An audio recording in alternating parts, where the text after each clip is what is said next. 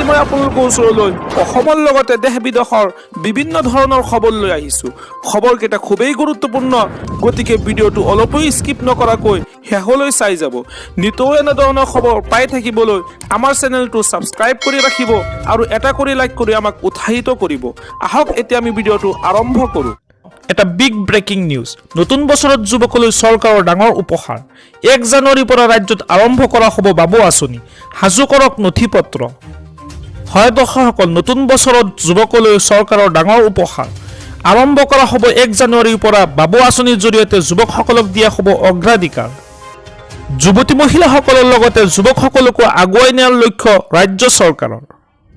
যুৱকসকলে নিজৰ নিজৰ নথি পত্ৰ উলিয়াই আবেদন কৰিবলৈ সাজু হওক আৰু ইয়াৰ লগতে শীঘ্ৰেই বৃদ্ধি পাব বৃদ্ধ পেঞ্চনৰ ধন। যুৱকসকল আৰু বৃদ্ধসকলৰ আবেদনক লৈ ডাঙৰ ঘোষণা কৰিছে মুখ্যমন্ত্ৰী ডক্টৰ হিমন্ত বিশ্ব শৰ্মা। আজি মই পৰৱৰ্তী খবৰটি খুবেই গুৰুত্বপূৰ্ণ, এটা বিগ ব্ৰেকিং নিউজ।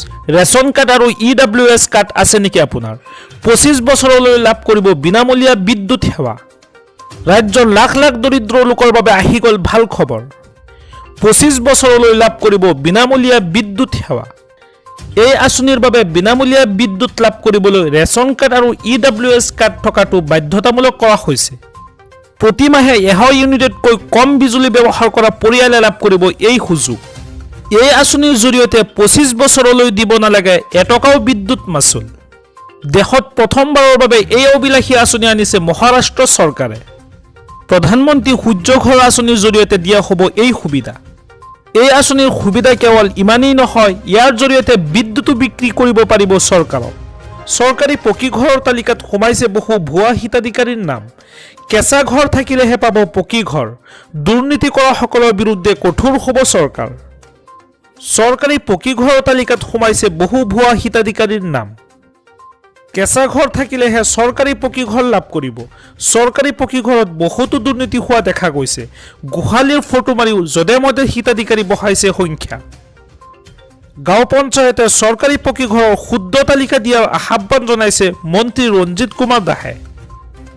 দুৰ্নীতি কৰাসকলৰ বিৰুদ্ধে কঠোৰ হ'ব চৰকাৰ। চৰকাৰী পকী ঘৰৰ তালিকাত দুৰ্নীতি কৰা জীৱিকা সখী গাঁও পঞ্চায়তৰ সভাপতিও যাব লাগিব জেলত। কেঁচা ঘৰৰ ভুল তথ্য দিয়াসকলৰ বিৰুদ্ধে কঠোৰ হ'ব চৰকাৰ। আপুনি এতিয়াও কেঁচা ঘৰত আছে যদি চিন্তাৰ কোনো কাৰণ নাই। চৰকাৰে পুনৰ 10 লাখ নতুন ঘৰ প্ৰদান কৰিব। এটকাও ঘোচ নিদিয়াকৈ যোগ্য হিতাধিকাৰীসকলে লাভ কৰিব চৰকাৰী পকী ঘৰ। পুনৰ নতুনকৈ 15 লাখ পৰিয়ালে লাভ কৰিব চৰকাৰী পকী ঘৰ। 15 লাখ চৰকাৰী পকী ঘৰত অনুমোদন দিছে প্ৰধানমন্ত্ৰী নৰেন্দ্ৰ মোদীয়ে।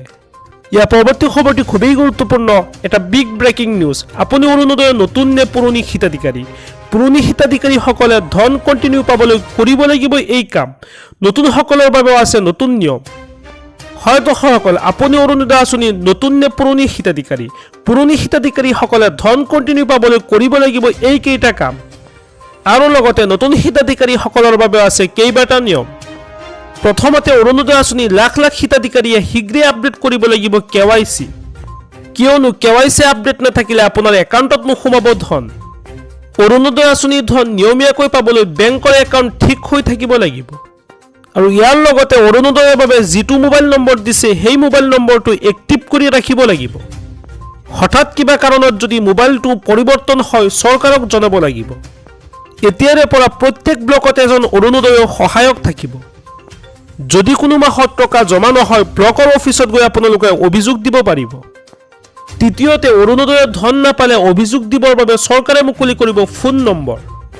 আৰু সেই বিশেষ ফোন নম্বৰটো হৈছে 1800202626।